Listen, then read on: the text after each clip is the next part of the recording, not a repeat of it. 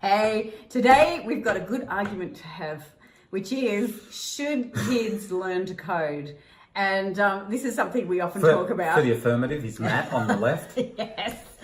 And for the negative on the practical side is Liz. I'm being practical. Show me the money and I'll explain obviously, why. we've got young kids and there are so many courses now and this huge push that they should learn to code. On top of everything else that they're doing, they should learn to code. And why would you teach a child here in Australia to code? I mean, I understand there is a logic to it. Like it's good to understand, I guess, the foundations of how things work. But in the most part, what we've got is all these incredible tools that you can pay someone $10 an hour or, maybe more for some things. It's a lot more than that. You can pay people a lot less to be able to code. What we do need is the people who can talk between the coders and the real people who know, and like the practical people who can do the front end as well as the back, for the back end. I think what Liz is trying to say is that coding requires a certain, not all of us are made for coding. Case in point is ourselves. We don't we're not technical at all in terms of coding. We've got a bit of knowledge there and we kind of understand what's going on. It's useful to know. But most people aren't coders because it's not everyone's cup of tea. What I will say on the flip side though, is in Silicon Valley and in a lot of big companies now in America, the good coders are pretty much guaranteed a very highly paid job, 6-figure job. And there's courses in America where coders they're spending about 30 to 40 grand doing, but not degrees, definitely not degrees. They're doing private training courses in coding for spending about 40 or 50 grand and then walking out of that course and walking straight into a 6-figure income if they're good at coding. Now it's through coding. And because the I guess my argument is though, well, why it's like, okay, doctors earn a heap of money, so we should teach all our children to be doctors. Okay, that's true. Fair enough. Yeah, I suppose. I didn't think of it that way.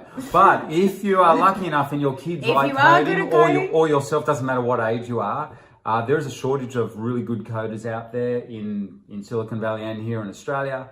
And so, maybe that's an area that you would want to encourage them to go into. But I don't think it's worth you having to pressure your kids into doing another thing and being able to code. If they don't like it, I wouldn't be forcing them. Having said that, here's why we make a lot of money online without coding. And that's very true. I'm a shocker. And I am definitely well known for swearing at computers over technical issues and stuff. But it is one of my regrets. I do wish that as a younger guy... that you had learned Maple.